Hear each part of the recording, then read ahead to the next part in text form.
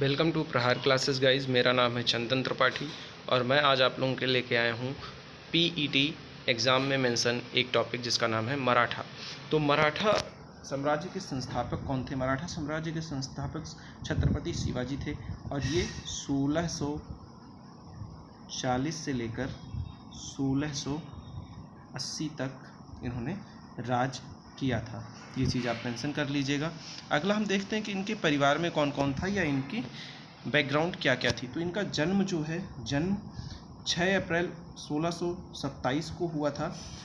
कहाँ पर हुआ था? सिवनेर दुर्ग में हुआ था। इनकी माताजी का नाम जीजाबाई था और पिताजी का नाम शाहजी भोंसले था। इनके शिवाजी के दो गुरु थे, एक राजनीतिक गुरु और एक आध्यात्मिक गुरु। राजनीतिक गुरु कोंडदेव थे और आध्यात्मिक गुरु रामदास थे। अगला हम देखते हैं कि शिवाजी की दो पत्नियां थीं, एक साईबाई और एक सोयराबाई। अब इनसे जो उत्पन्न हुए पुत्र थे उनके बारे में हम देखते हैं। तो शिवाजी और सईबाई से उत्पन्न हुआ पुत्र संभाजी महाराज थे। संभाजी महाराज 1680 से 1689 तक यानी 1689 तक इन्होंने शासन किया। और सोयराबाई के जो पुत्र थे उनका नाम था राजाराम, और सोयराबाई के पुत्र जो राजाराम थे वो 1689 से 1700 यानी संभाजी के बाद फिर इन्होंने गद्दी संभाली। तो 1689 से 1700 तक इन्होंने राज किया। और राजाराम की जो पत्नी थी उनका नाम था ताराबाई बाई। ये बहुत ही ज़्यादा इम्पॉर्टेंट थी, इनका नाम याद रखिएगा। संभाजी के पुत्र का नाम क्या था? संभाजी के पुत्र का नाम साहूजी था, जो 1708 से लेकर 1749 तक इन्होंने शासन किया। ये आप याद रखिए कि 1707 में औरंगज़ेब की मृत्यु हो गई थी। उसके बाद 1708 में साहूजी मराठा साम्राज्य के जो शासक बने थे। इसके बाद क्या था? ताराबाई और राजाराम से एक पुत्र हुआ जिनका नाम शिवाजी द्वितीय था। शिवाजी द्वितीय 1700 से 1707 ईस्वी यानी राजाराम के बाद फिर इन्होंने मराठा साम्राज्य पर राज किया, और शिवाजी द्वितीय के बाद फिर साहूजी ने किया। तो शिवाजी द्वितीय जो है वो 1700 से 1707 ईस्वी तक शासन किया और साहूजी 1708 से 1749 ईस्वी तक। इसका कारण क्या था? क्योंकि संभाजी महाराज को और उनके पुत्र साहूजी महाराज को औरंगज़ेब ने 1689 में ये कैद कर लिए गए थे। संभाजी महाराज और साहूजी महाराज कैद कर लिए गए थे औरंगज़ेब के द्वारा। कहाँ कैद किया था ये भी बहुत इंपॉर्टेंट है, ये आप लोग कमेंट सेक्शन में बताइए। उसके बाद 1689 के बाद जब ये दोनों कैद हो गए तो राजाराम ने फिर गद्दी संभाली और राजाराम ने 1689 से 1700 तक शासन किया। उसके बाद 1700 में राजाराम की मृत्यु हो गई। 1700 में राजाराम की मृत्यु के बाद 1700 से 1707 तक शिवाजी द्वितीय जो 4 वर्ष की उम्र में गद्दी पर बैठे और अपनी माता ताराबाई की मदद से शासन किया। उसके बाद 1707 में जब औरंगज़ेब की मृत्यु हो गई तो संभाजी महाराज और साहूजी महाराज को औरंगज़ेब ने छोड़ दिया था। संभाजी महाराज और साहूजी महाराज को कैद से छोड़ दिया था 1707 में। फिर साहूजी महाराज ने गद्दी की मांग की, जो कि ताराबाई और शिवाजी द्वितीय ने मना कर दिया। इसके बाद दोनों में खेड़ा का युद्ध 1707 हुआ, जिसको साहूजी महाराज जीत गए, और उसके बाद 1708 से 1749 तक साहूजी महाराज गद्दी को संभाले रखा, मराठा की गद्दी पर बैठे। चलिए आगे बढ़ते हैं। अब हम आगे देखते हैं कि शिवाजी के प्रमुख कार्य और उनका कालक्रम क्या था। तो सबसे प्रमुख जो पहला कार्य उन्होंने किया था वो किया था तोरण किले पर अधिकार। जो तोरण किले पर अधिकार किया था वो 1644 ईस्वी में किया था। इसके बाद रायगढ़ को अपनी राजधानी घोषित की थी, जो कि 1656 ईस्वी में किया था। 1656 ईस्वी में किया था। अच्छा, राजाराम का एक प्रमुख कार्य जो मैं बताना भूल गया, वो इन्होंने सतारा को राजधानी बनाया था। किसने? राजाराम ने। तो ये क्वेश्चन आ सकता है कि सतारा को मराठा साम्राज्य की राजधानी किसने बनाया? तो वो राजाराम ने किया था। और रायगढ़ को राजधानी किसने बनाया? तो वो शिवाजी महाराज ने बनाया था, जो 1656 ईस्वी में बनाया था। इसके बाद देखते हैं कि अफजल खान पहले जान लीजिए था कौन। अफजल खान बीजापुर के सुल्तान थे, उनका सेनापति था। इनकी हत्या जब की थी तो वो 1659 ईस्वी में किया था। 1659 में अफजल खां की मृत्यु, जो बगनखा घुसा के मारे थे शिवाजी, वो 1659 में अफजल खां को ही मारे थे। इसके बाद देखते हैं कि जय सिंह जो औरंगज़ेब की तरफ से आया था, उसने शिवाजी से युद्ध किया, और उस युद्ध के बाद पुरंदर की संधि हुई। पुरंदर की संधि में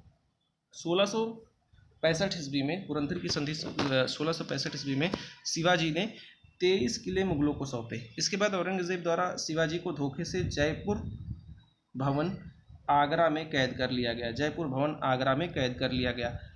कहाँ पे? औरंगजेब द्वारा शिवाजी को धोखे से जयपुर भवन, और जयपुर भवन जयपुर में नहीं है, आगरा में है, ये आप ध्यान में रखिएगा, में कैद कर लिया 1666 में।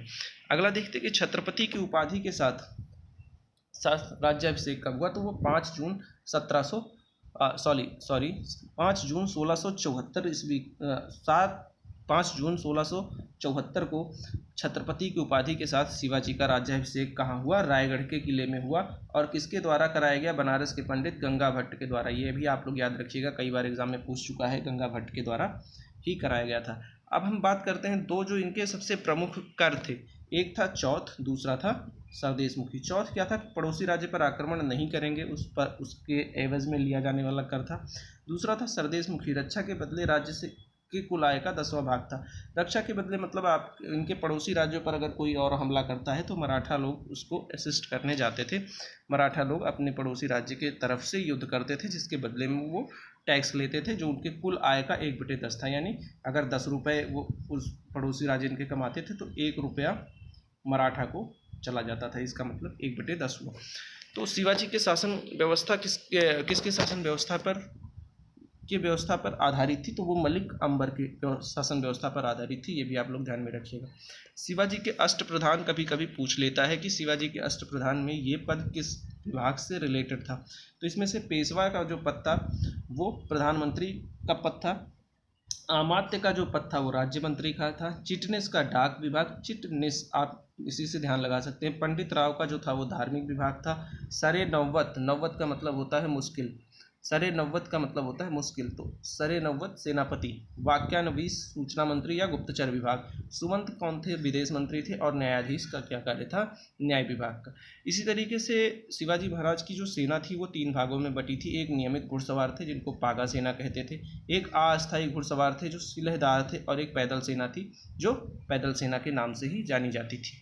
आगे हम देखते हैं खेड़ा का युद्ध, जो हम लोग डिस्कस कर चुके हैं, ताराबाई और साहू जी के मध्य 1707 में। इसके बाद साहू जी महाराज जो है वो मराठा की गद्दी पर बैठे। अगला हम देख लेते हैं कि पेशवाई कैसे चलती थी। पेशवाई सबसे पहले जान लीजिए कि वो साहू जी महाराज के कार्यकाल में शुरू हुई, और पहले पेशवा जो बने वो बालाजी विश्वनाथ बने, जिनका कार्यकाल 1713 से 1720 ईस्वी तक था। आइए अब हम देख लेते हैं कि कहाँ कहाँ पे मराठा था, कहाँ पे मैसूर था, कहाँ पे मद्रास था, निज़ाम था, ताकि हम इनकी आपसी झगड़ों को समझ सकें। तो अगर हम ध्यान से देखें तो ये भारत का सबसे निचला वाला पार्ट है। यहाँ पे त्रावणकोर था, ये है कर्नाटक। यहाँ पे मद्रास था, जो यहाँ पे फोर्ट सेंट जॉर्ज बना था। ये मैसूर था, और ये पूरा मराठा साम्राज्य था। इधर पूरा मराठा साम्राज्य था।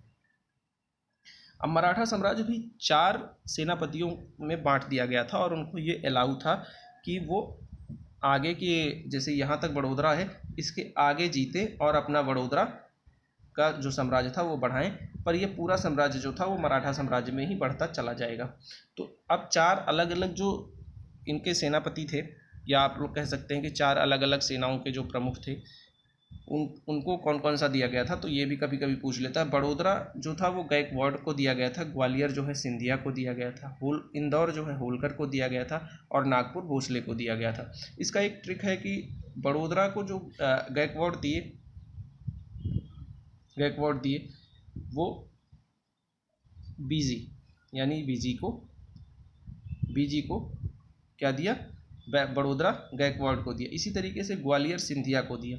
तो यस जी, एक पहले नोट बड़ा फेमस हुआ था, वायरल हुआ था कि सोनम गुप्ता बेवफा है, तो सोनम गुप्ता आप लोग याद रखिए। सिंधिया किसको दिया? सिंधिया को क्या दिया? ग्वालियर दिया। इसी तरीके से इंदौर होलकर को दिया। एच के जस्ट बाद आई आता है, तो होलकर को क्या दिया? एच के जस्ट बाद आई, इंदौर दिया। इसी तरीके से नागपुर को जो है वो भोसले को दे दिया था। अब इनका कार्य ये था कि ये अपने आगे के एरिया को जीतते जाएं और वो मराठा साम्राज्य को बढ़ाते जाएं। अब आइए हम पेशवाई के बारे में जान लेते हैं कि पेशवाई के बारे में क्या क्या इंपॉर्टेंट चीज़ थी। सबसे पहला इंपॉर्टेंट चीज़ तो यही था कि साहू जी महाराज के कार्यकाल में शुरू किया गया था। दूसरा और दूसरा जो इम्पोर्टेंट था वो पहले थे बालाजी विश्वनाथ, जो 1713 से 1720 ईस्वी तक इन्होंने राज किया था। दूसरे थे बाजीराव, जो 1720 से 1740 तक। और यही रणवीर सिंह है। रणवीर सिंह का मतलब कि जो बाजीराव मस्तानी मूवी बनी थी वो बाजीराव के ही ऊपर बनी थी, जो 1720 से 1740 ईस्वी तक इन्होंने शासन किया था। तीसरा है बालाजी बाजीराव, इनको नाना साहब भी कहते थे, और इन्हीं के कार्यकाल में पानीपत का तीसरा युद्ध हुआ था। पानीपत का तीसरा युद्ध इन्हीं के कार्यकाल में हुआ था। इनका कार्यकाल 1740 से 1761 ईस्वी तक था। अब आप लोग याद कैसे रखेंगे, इसमें बड़ा बहुत ही अच्छा ट्रिक है कि बालाजी विश्वनाथ आप लोग याद रखिए और बाजीराव, तो इनका पहला नाम और इनका पहला नाम जुड़ के इनका नाम बन जाता है, जैसे बालाजी बाजीराव। अब बालाजी बाजीराव के जो पुत्र थे इनका नाम था माधवराव। माधवराव का कार्यकाल 1761 से 1772 तक था। माधवराव के जो पुत्र थे उनका नाम नारायण राव था। नारायण राव यानी 1772 से 1773 एक ही साल इन्होंने शासन किया था, क्योंकि जो नारायण राव के चाचा थे रघुनाथ राव, नारायण राव के जो चाचा थे रघुनाथ राव, उन्होंने इन नारायण राव को मार दिया था ताकि वो पेशवा बन जाए, ताकि रघुनाथ राव जो है वो पेशवा बन जाए। पर नारायण राव की जो विधवा थी वो प्रेग्नेंट थी और उनसे एक पुत्र पैदा हुआ जिनका नाम माधव नारायण राव था। अब आप देखिए, माधव राव और नारायण राव दोनों नामों को जोड़ दिया तो माधव नारायण राव बन गया। तो माधव नारायण राव जो है अपने पिता की मृत्यु के बाद पैदा हुए थे, पर गर्भ में जब पिता जिंदा थे तभी आ गए थे। तो 1774 से लेके 1795 तक माधव नारायण राव ने शासन किया, और इनके जो दो प्रमुख कार्य थे वो ये थे कि इन्होंने 12 भाई सभा बुलाया, और इनके दो प्रमुख प्रिय थे, एक सिंधिया जो थे महादजी सिंधिया, और दूसरा नाना फडणवीस इनके सबसे प्रिय सेनाध्यक्ष थे, जो मैं यहाँ पे डिस्कस किया हूँ ऊपर कि किसको क्या दिया था, वही चीज़ यहाँ पर दिखाया गया है। तो अब देखते हैं 7वें नंबर पर पेशवाई किसने की थी। 7वें नंबर पर पेशवाई की थी बाजीराव द्वितीय ने, जो 1796 से 1818 तक, यानी तृतीय आंग्ल मराठा युद्ध था, वो बाजीराव द्वितीय के शासनकाल में लड़ा गया था। बाजीराव द्वितीय के बाद दो जो बहुत कम प्रमुख हैं उनके बारे में देख लेते हैं। एक अमृत राव थे और एक नाना साहिब थे। नाना साहिब, यहाँ पे साहिब है और ऊपर क्या था, साहब था, यहाँ पे साहिब है, और इनको बिठूर में भेज दिया गया था। अगला हम देखते हैं कि प्रमुख युद्ध कौन कौन से लड़े गए थे जो मराठाओं ने लड़ा था। तो मराठाओं ने सबसे पहला जो और प्रमुख जो लड़ाई लड़ी थी वो थी पानीपत का तृतीय युद्ध, जो 14 जनवरी 1761 को लड़ा गया था अहमद शाह अब्दाली और मराठाओं के बीच। मराठा का जो नेतृत्व कर रहे थे उनका नाम सदाशिवराव भाऊ था और पेशवा के पुत्र विश्वास राव था। अब मराठा इसमें हार गए थे और सदाशिवराव भाऊ और पेशवा के जो पुत्र थे विश्वास राव, दोनों को वीरगति प्राप्त हुई थी। अगला हम देख लेते हैं पालखेड़ा का युद्ध, जो 1728 में लड़ा गया था। पालखेड़ा का युद्ध जो 1728 में लड़ा गया था, जिसको बाजीराव फर्स्ट ने यानी रणवीर सिंह ने लड़ा था, उसमें निज़ाम को हराया था। पालखेड़ा के युद्ध में जो 1728 में लड़ा गया था, मराठा और निज़ाम के बीच हुआ था और निज़ाम हार गए थे। इसमें बाजीराव फर्स्ट पहले पेशवा थे जिन्होंने दिल्ली पर आक्रमण किया। कब किया था? 1737 में किया था, और इस समय दिल्ली की गद्दी पर मोहम्मद शाह बैठा था। अगला हम देखते हैं कि आंग्ल मराठा युद्ध क्या क्या हुआ था। तो सबसे पहले देखते हैं 3 आंग्ल मराठा युद्ध हुए थे। प्रथम जो हुआ था वो 1776 से 1782 के आसपास हुआ था, और इसमें जो गवर्नर जनरल थे वो थे वॉरेन हेस्टिंग्स और मराठा के बीच हुआ था। जो दो प्रमुख संधियाँ हुई थी, एक सूरत की संधि हुई थी जो रघुनाथ राव और अंग्रेज़ों के मध्य हुआ था। रघुनाथ राव ने अंग्रेज़ों से मदद मांगी थी और अंग्रेज़ों ने उसके एवज में ये संधि की थी, जिसको बाद में वॉरेन हेस्टिंग्स ने खारिज कर दिया था कि ये संधि नहीं होगी। उसके बाद युद्ध खत्म होने के बाद एक सालबाई की संधि हुई जो वॉरेन हेस्टिंग्स और मराठाओं के बीच हुआ।